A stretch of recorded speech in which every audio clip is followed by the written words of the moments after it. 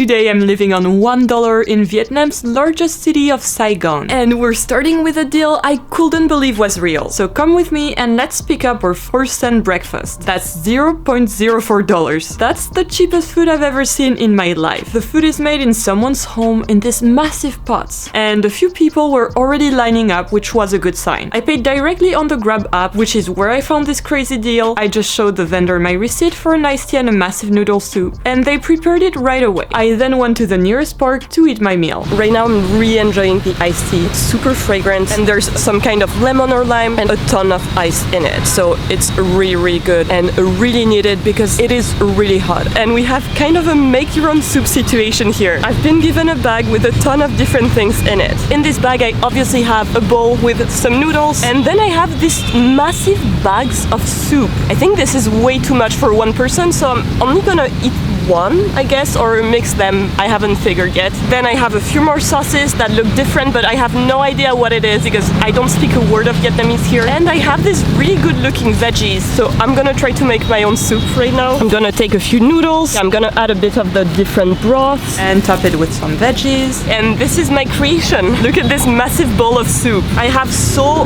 much food left over. I could feed at least 3 other people with that. Let's try it out. Wow, that broth is so good. I'm gonna go for it and try to eat some noodles and veggies and everything that's in there because there's just so many things.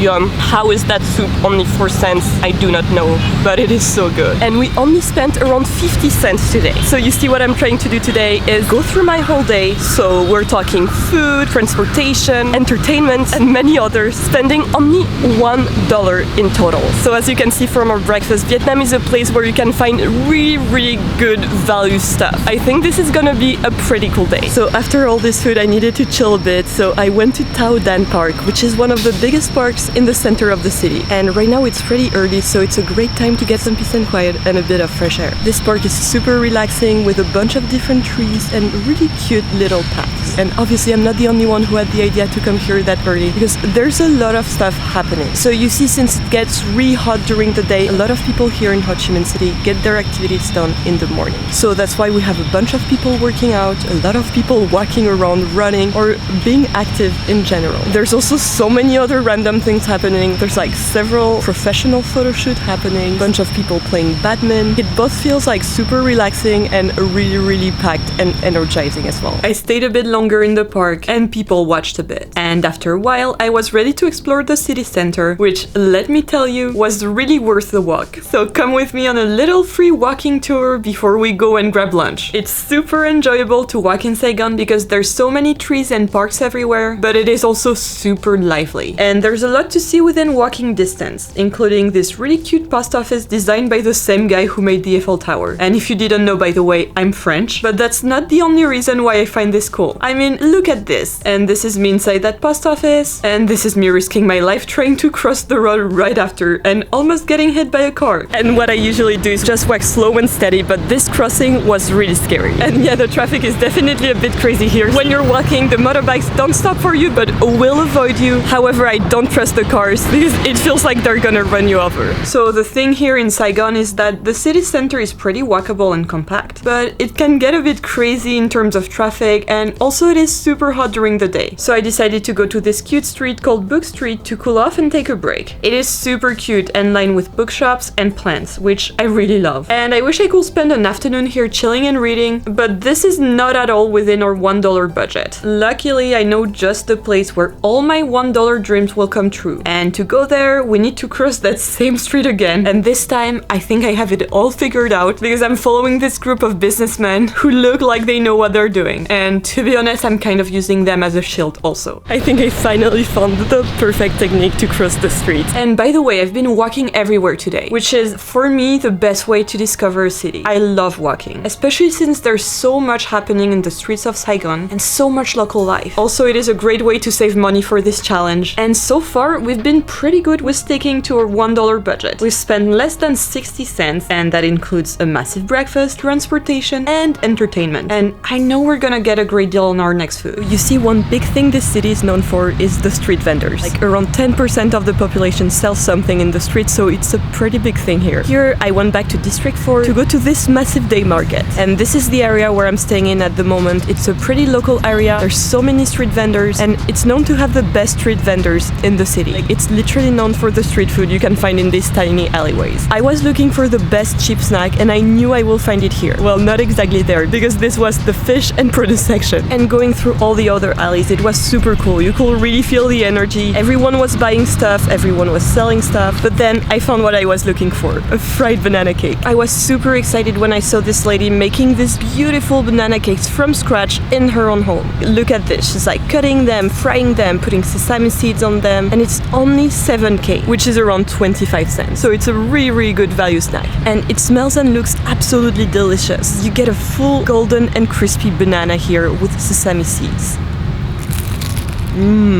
This is the absolute best thing ever. Wow, it is so sweet, but in a good way. The banana taste is so delicious. The textures are just perfect. Like, seriously, I didn't know I was gonna be excited about such a cheap snack, but it's so good. This is seriously one of the best sweet snacks I've ever eaten. Congrats to this lady because she knows what she's doing.